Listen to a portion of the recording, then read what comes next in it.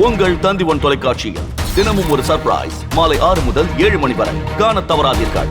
தொடர்ந்து நம்மிடையே மூத்த வழக்கறிஞர் தமிழ்மணி அவர்கள் இணைப்பில் இணைகிறார்.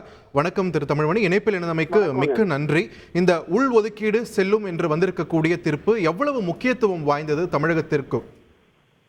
சார், இந்தியாவுக்கு தமிழகத்துக்குன்னு சொல்றதை விட நான் இந்தியாவுக்குன்னு சொல்லுவேன். இந்தியா பல்வேறு இனங்கள் ஜாதிகள் உள்ள ஒரு கூட்டமைப்பு. அதனால் அவங்களே அந்த வார்த்தையை பயன்படுத்துறாங்க. நான் முழு தீர்ப்பு படிச்சாதான் ரொம்ப எஃபெக்டிவா பதில் சொல்ல முடியும்.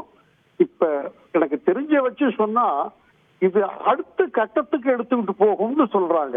இந்த உள் ஒதுக்கீடு என்பது இந்த இடஒதுக்கீடை ஒரு குறிப்பிட்ட பிரிவுக்கு வழங்கக்கூடிய இடஒதுக்கீட்டை அடுத்த கட்டத்துக்கு எடுத்துக்கொண்டு போகும்னு சொல்றது. அது ஒரு கான்ஸ்டிடியூஷனல் பெஞ்ச், மிகப்பெரிய விஷயம்.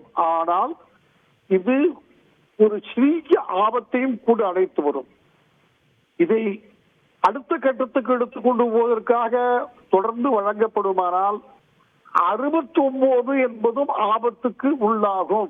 69க்கு உள்ளே கொடுத்தாலும் கூட 69 ஏனால் 50க்கு மேல் தவறு என்று சொல்லியிருக்கிறார்கள் மராத்தி ஜட்மெண்டில். அதுதான் இன்றைய சட்டம். எனவே அந்த சின்ன ஆபத்து இருக்கிறது, அதுவும் நாம் ஏற்றுக்கொள்ளதான் வேண்டும். இப்போ தமிழகத்தை தாண்டி பிற மாநிலங்கள் எடுத்துக்கிட்டோம்னா இந்த 69% கூட அங்க போகல. அந்த மாதிரியான மாநிலங்கள்ல இந்த உள் ஒதுக்கீடு அப்படின்ற உறுதிப்படுத்தப்படும் போது அங்க இருக்கக்கூடிய மக்களுக்கு எந்த அளவுக்கு இது பயனளிக்கக்கூடியதா இருக்கும்? மிக நிச்சயமா பயனளிக்கும். இல்ல 69 மற்ற மாநிலங்கள்ல இல்லைன்னா 65 62 எல்லாம் வந்திருக்குது. 50க்குள்ளேயும் இது கொடுக்க முடியும்.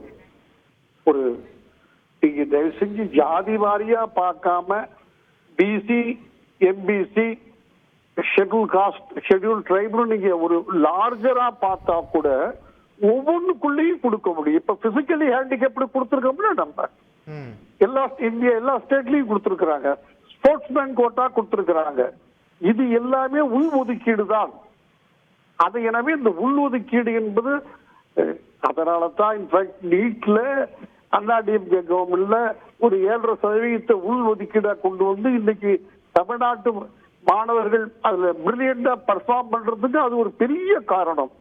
எனவே உள் ஒதுக்கீடு என்பது ஒரு வரப்பிரசாதம். அதை மறுப்பதற்கே இல்லை. எல்லா மாநிலங்களுக்கும் அது பொருந்தும். நன்றி திரு தமிழ்மணி, இணைப்பில் வந்து உங்களுடைய கருத்துக்களை உங்கள் தந்தி1 தொலைக்காட்சியில் தினமும் ஒரு சர்ப்ரைஸ் மாலை 6 முதல் 7 மணி வரை காணத் தவறாதீர்கள்.